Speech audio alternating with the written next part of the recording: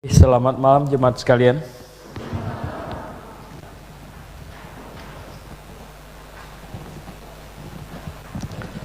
Ya,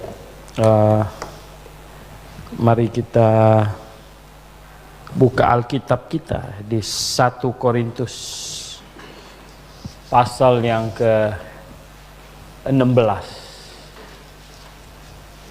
Korintus pasal yang ke-16. Saya ingin mengajak membaca dari ayat 1 sampai 4. Mari kita membaca 1 Korintus 16 ayat 1 sampai 4. 1, 2, 3. Tentang pengumpulan uang bagi orang-orang kudus, hendaklah kamu berbuat sesuai dengan petunjuk-petunjuk yang kuberikan kepada jemaat di Galatia. Pada hari pertama dari tiap-tiap minggu, hendaklah kamu masing-masing sesuai dengan apa yang kamu peroleh, menyisihkan sesuatu dan menyimpannya di rumah, supaya jangan pengumpulan itu baru diadakan kalau aku datang. Sesudah aku tiba, aku akan mengutus orang-orang yang kamu anggap baik dengan semangat Yerusalem untuk menyampaikan pemberianmu. Kalau ternyata penting bahwa aku juga pergi, maka mereka akan pergi bersama-sama dengan aku. Oke, kita berdoa ya. Bapa di sorga, terima kasih kami bisa membaca surat Rasul Paulus atas hal yang bersifat sosial dan hubungan antar jemaat semuanya. Ini adalah sebuah petunjuk bagi kami, Tuhan. Tuhan, kami mohon hikmat-Mu, kasih setia-Mu, supaya kami bisa memahami banyak hal. Karena jemaat Grafe adalah tiang penopang dan dasar kebenaran, sehingga banyak orang yang dalam kebingungan bertanya satu dan lain hal, mereka memerlukan jawaban dari kami dengan tepat dan sesuai dengan firman-Mu. Oleh sebab itu pimpinlah kami Bapa, berkati usaha kami di dalam mengenal kebenaran. Dalam nama Tuhan Yesus Kristus kami berdoa. Amin. Oke, dari 4 ayat ini kita diberitahukan beberapa hal yang penting-penting sebenarnya. Yang penting-penting. Yang pertama, katanya pengumpulan uang bagi orang-orang kudus. Ini kelihatannya untuk jemaat di Yerusalem. Karena sejak waktu Paulus masih Saulus, itu terjadi penganiayaan terhadap orang-orang percaya di wilayah Yerusalem, wilayah Yudea, ya, karena pertentangan antara Kristen yang baru muncul pada saat itu dengan orang-orang Yahudi yang masih percaya kepada Yudaisme, itu begitu sengit gitu. Dan banyak mereka yang mati syahid. Ya, kalau mati syahid mereka akan meninggalkan istri dan anak. Nah, oleh sebab itulah ada kebutuhan dana khusus. Nah, kita tahu di dalam Kisah Rasul pasal yang ke-6 itu diaken-diaken dipilih untuk mengatur ya sumbangan-sumbangan yang ada gitu, yang masuk supaya adil dan lain sebagainya. Nah, berarti jemaat di Yerusalem dalam keadaan terjepit dan kebutuhan. Rasul Paulus sangat mungkin dia paling mengerti karena dia dulu yang menganiaya. Jadi dia berusaha untuk mengumpulkan dana dari jemaat-jemaat yang dia dirikan, yang dia layani. Termasuk Korintus, Galatia dan semuanya. Supaya kumpul dana untuk dibawa menolong jemaat di Yerusalem. Nah, jemaat yang saya kasih dalam Tuhan di sini maupun yang di rumah, begini ya. dari sejak sangat awal kehidupan orang Kristen itu tercerminkan dari apa yang kita bisa baca di dalam Alkitab, memberitahukan kepada kita bahwa mereka begitu hebatnya saling tolong-menolong. Ya. Dan bahkan kalau kita baca di Kisah Rasul pasal-pasal awalnya itu, sampai dikatakan menjadi milik bersama. Jadi kekayaan milik bersama sebenarnya Karl Marx membangun komunisme, konsep komunismenya itu ya, itu dari itu bahwa semua kekayaan milik bersama, komunisme. Nah, dari Karl Marx inilah lahir komunis di Rusia ya, melebar ke Cina dan ke berbagai-bagai banyak negara yang latar belakangnya jadi komunis. Itu dari itu. Nah, banyak orang tanya kepada saya, jadi kekristenan ini menentang komunisme. Nah, kita lihat di Kisah Rasul pasal awal, itu bentuk komunisme. Jadi kekayaan milik bersama. Nah, bagaimana ini? You know? Di satu sisi, di dalam Alkitab ada contoh komunisme, tetapi mengapa kekristenan menentang komunisme? Ya, kita bilang begini, komunisme yang terjadi di dalam Alkitab itu adalah komunisme yang terjadi secara natural karena situasi penganiayaan. Maka dia akan terjadi komunisme yang secara natural. Sedangkan komunisme yang dimulai di Rusia oleh Karl Marx, jadi Lenin ya, segala macam itu yang sekarang Putin sebenarnya, walaupun dia tidak di partai komunis, itu bukan partai komunis, tetapi sebenarnya dia konsep komunisme itu sangat kuat di kepalanya, karena dia adalah pemimpin KGB, dia ketua KGB sebelum jadi presiden. Nah, kita bilang begini, komunisme yang sekarang seperti Rusia, lebih-lebih di Tiongkok segala macam itu ya, itu komunisme. Itu adalah komunisme yang dipaksakan dengan senjata, dengan otoritarian, bukan terjadi secara natural. Yang di Alkitab itu terjadi secara natural. Kalau komunisme dipaksakan, maka hasilnya sebenarnya tidak akan positif. Itu pasti negatif ya. Dan itulah yang terjadi di negara-negara komunis itu ya. Itulah yang terjadi, jadi dipaksa sedemikian rupa ya. Nah, kalau dipaksa sedemikian rupa, maka gitu, kenapa Uni Soviet hancur berantakan ya, dan Cina hampir kelaparan sebelum Deng Xiaoping kemudian buka semuanya, adalah begini. Ketika komunisme yang dipaksakan oleh negara, maka orang bukan berlomba rajin, orang jadi berlomba malas gitu. Ya, jadi berlomba malas. Jadi sekarang begini, yang saya sangat khawatirkan, di grafik terjadi komunisme gitu, akhirnya mahasiswa bukan berlomba rajin gitu, tapi berlomba malas. Kenapa? Lah, ada pikiran macam begini, tahu gak? Ya, saya rajin-rajin juga sama kok, gitu. Yang malas sama kok, gitu. Sehingga kalau diperlukan tenaga, ya kalau bisa jangan saya, gitu, ya kan? Ini jadi mengapa komunisme di Cina maupun di Soviet dulu itu hancur berantakan? Itu karena mereka dulu itu di Vietnam segala macam itu, mereka kerja itu tidak dapat uang, dapat kupon. Gitu. Dari kupon itulah mereka, dan tidak ada yang buka toko, karena dari kupon itulah untuk ngambil minyak goreng, ya, telur, ya, tepung, segala macam dengan kupon begitu. Dan rakyat tidak mempunyai harta milik sendiri selain yang ala kadarnya. Baju juga cuma yang warna biru gitu. Zaman dulu. Jadi akhirnya rakyatnya bukan berlomba jadi rajin gitu, malah berlomba jadi siapa lebih malas gitu. Nah, Anda bisa bayangkan hancur nggak negara kalau sudah macam begitu, ya kan? Maka itulah ekonomi bukannya makin bagus tapi makin anjlok, makin anjlok. Sampai Deng Xiaoping itu melihat sudah tidak bisa, ini akan hancur total.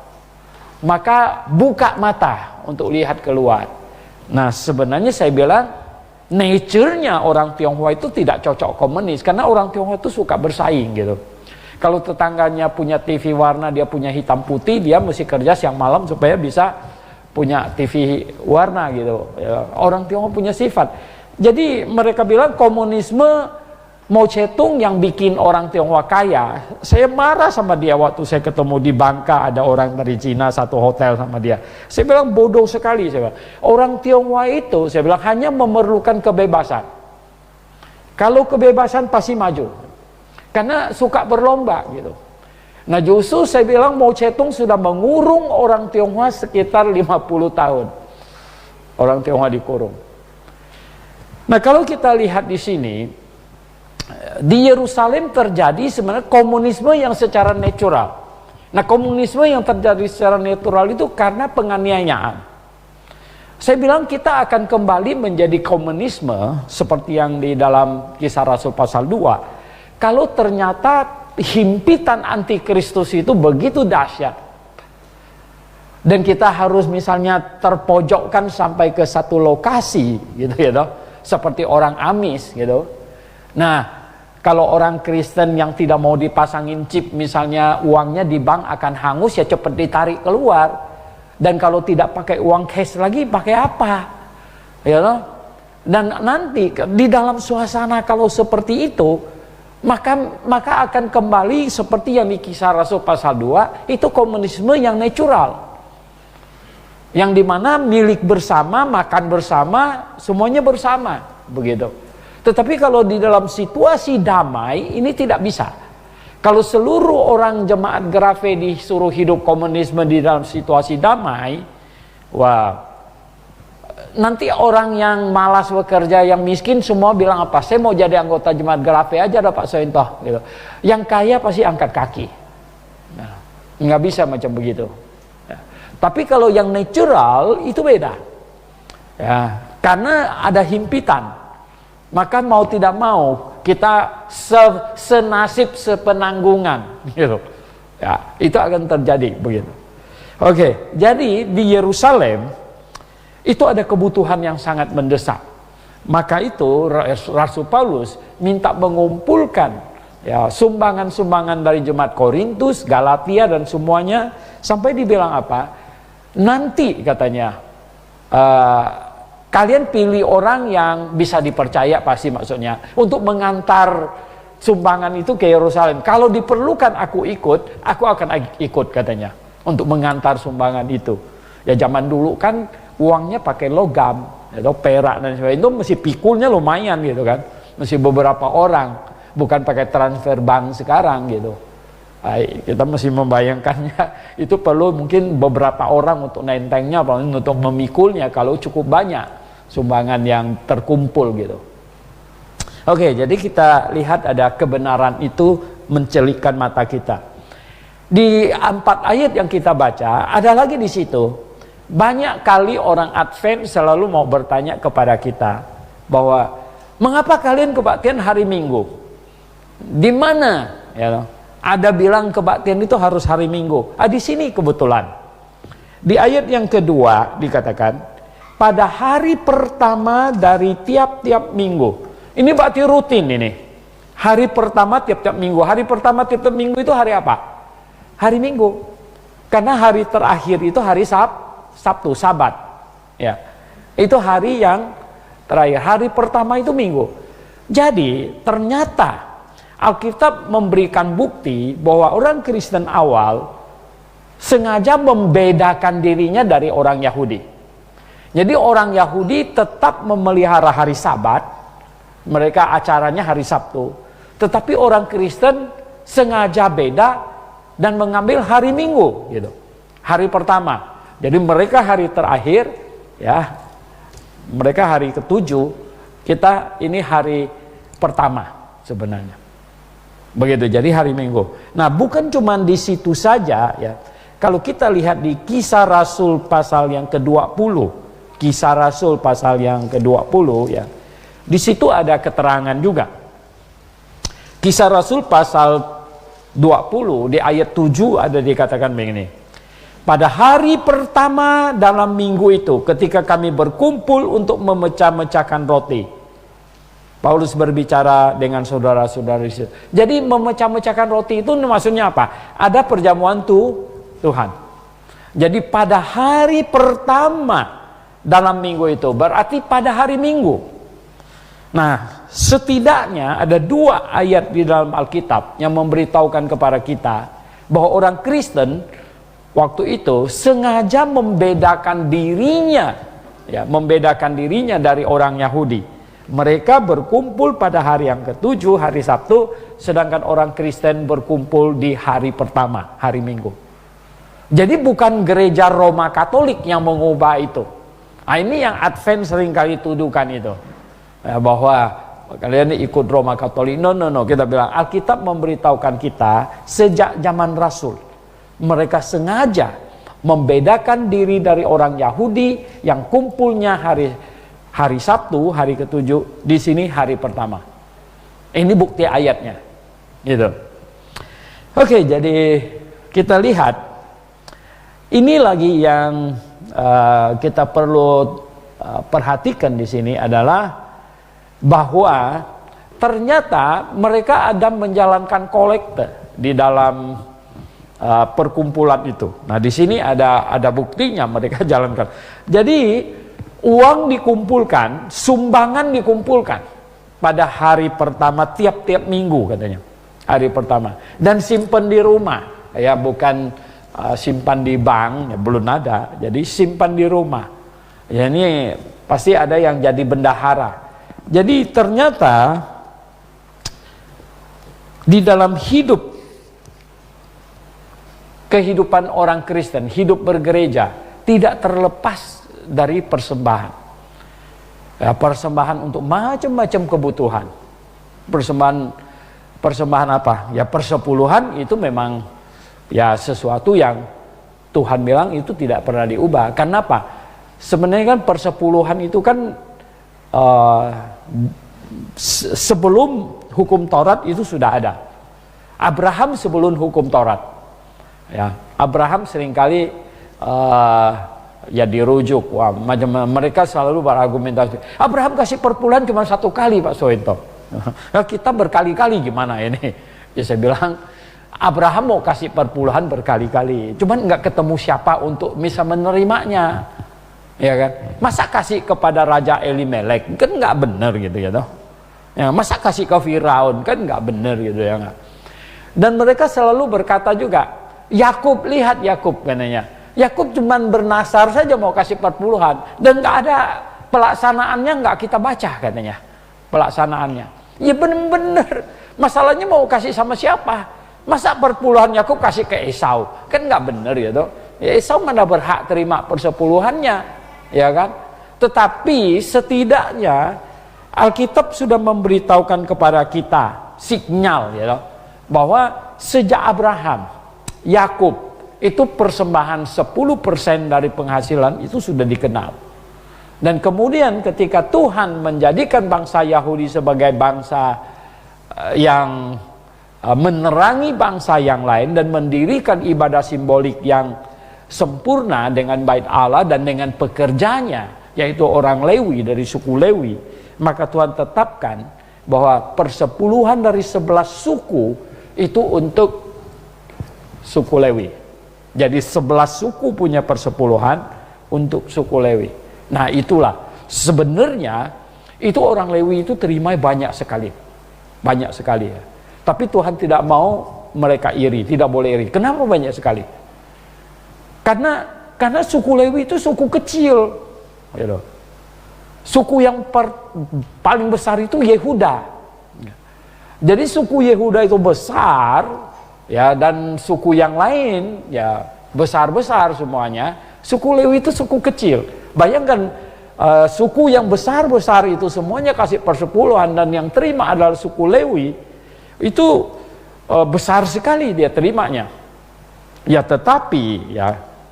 Tetapi ketika kerohanian suku-suku yang lain anjlok, lemah, akhirnya mereka nggak kasih perpuluhan. Orang Lewinya kerepotan, itu sama lah ya. Kalau jemaat tidak setia kasih perpuluhan, gembalanya jadi Gojek gitu. Betul nggak? Kalau Grave juga jemaat nggak mau kasih perpuluhan, saya tadi tarik Grab gitu, jadi ini desa sopir gitu ya.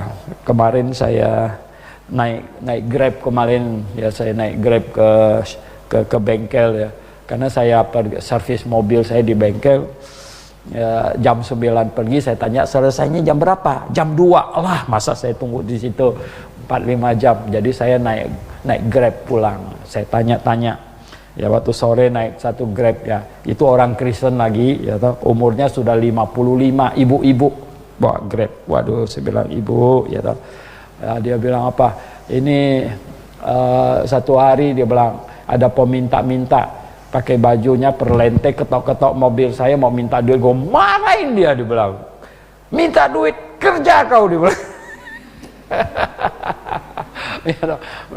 Kerja kau, dia bilang, aku lebih tua dari kamu, dia bilang. Dia narik Grab gitu kami ngobrol terus dan inilah Nah, orang Lewi hidup dari persepuluhan. Sebenarnya ini pola. Nah, selain persembahan persepuluhan, orang Yahudi itu banyak sekali sebenarnya, tetapi tidak sering-sering. Pada waktu mau pembangunan Bait Allah, mereka habis-habisan, karena pemakaian emasnya itu nggak tanggung-tanggung gitu banyak perkakas semuanya dari emas. Bisa bayangkan, dinding aja lapis emas. Jadi betapa banyaknya emas yang harus dikumpulkan itu Dan sebenarnya sesudah mereka pulang dari pembuangan, terjadi kebangunan rohani. Barulah di situ mulai sinagog. Tadinya orang Yahudi itu tidak ada sinagog sebelum pembuangan 70 tahun. Nah, sesudah pembuangan 70 tahun pulang ke Yahudi, itu zamannya Esra, mulailah sinagog di mana-mana. Jadi orang Yahudi dimanapun mereka berada, mereka mendirikan sinagog. Nah, sinagog inilah menjadi pusat pertumbuhan iman mereka. Nah, jadi lihat di sini ada persembahan-persembahan. Itu dikumpulkan katanya, tiap-tiap minggu dikumpulkan dan disimpan di rumah. Nanti jangan sampai aku datang baru ribut-ribut gitu tapi itu disimpan dengan baik. Nah, nanti aku tiba barulah itu dibawa ke Yerusalem katanya. Nah, waktu dibawa ke Yerusalem, mungkin kalian perlu mengutus beberapa orang untuk mengantar itu. Dan kalau perlu aku ikut, kalau ternyata penting katanya bahwa aku juga pergi, di ayat keempat, maka mereka akan pergi bersama-sama dengan aku. Nah, saudara yang saya kasih dalam Tuhan, hal terakhir yang saya mau Anda lihat dari perikop yang kita baca dan pelajari, ada kasih persaudaraan antara orang-orang percaya. Jadi lihat, ada jemaat Korintus yang mengasihi jemaat di Yerusalem yang mengalami kekurangan. Banyak orang Kristen berpikir bahwa kalau dia banyak kasih nanti dia akan kekurangan. Sebenarnya ini teori yang salah. Ini teori laut mati. Teori laut mati itu laut mati itu tidak mengalir keluar, hanya mengalir masuk. Nah, padahal Tuhan mau itu adalah teori Danau Galilea. Danau Galilea itu begini. Danau Galilea itu ada aliran masuk, ada aliran keluar. Kalau laut mati itu di ujung, jadi cuma terima, tidak keluar. Jadi mati dah di situ. Sedangkan Galilea itu ada aliran masuk, ada aliran keluar. Nah, hidup orang Kristen, bahkan jemaat. Saya banyak mengajar kepada jemaat yang lain. Ada senior kalian mau bangun gereja, saya bilang, Pak Suwento gimana grafik, nyumbang nggak, gini. Saya bilang gini, kamu mau mulai aja dulu ya. Saya mau lihat jemaat kalian seberapa mampu. Nah, kalau kalian sudah sampai di tahap itu, ya toh, sampai tahap itu, ya sudah tidak mampu, ya oke, saya bilang kita akan bantu. Tapi coba dulu, betapa indahnya kalau jemaat kamu mampu, bahkan lebih indah lagi kalau jemaat kamu mampu bangun sendiri dan menolong yang lain. Itu akan lebih hebat lagi, saya bilang. Nah, tetapi makanya saya ingin mengajar, saya bilang begini. Tuhan akan sayang sebuah jemaat seperti Paulus ngajar kepada jemaat Korintus, bahwa mereka rajin kasih kepada yang lain, maka Tuhan akan limpahkan. Jemaat yang rajin memberi, Tuhan akan limpahkan. Karena Tuhan mau kirim itu kepada banyak jemaat, jadi siapakah yang mau menjadi salurannya? Kalau Tuhan mau memberkati banyak jemaat, jemaat mana yang ingin menjadi saluran berkat?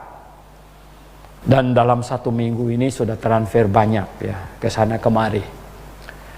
Jemaat yang saya kasih dalam Tuhan, saya ingin kasih tahu bahwa Grafe ini jemaat yang luar biasa.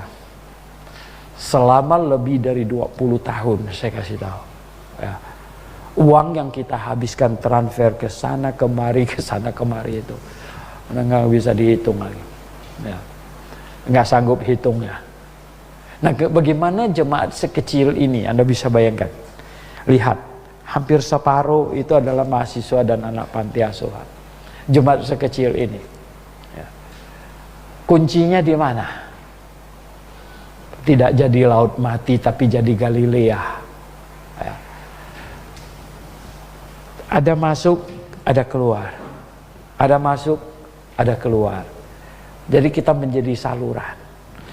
Paulus mengajar kepada jemaat Korintus supaya ya, mari kumpulkan untuk saudara yang lain.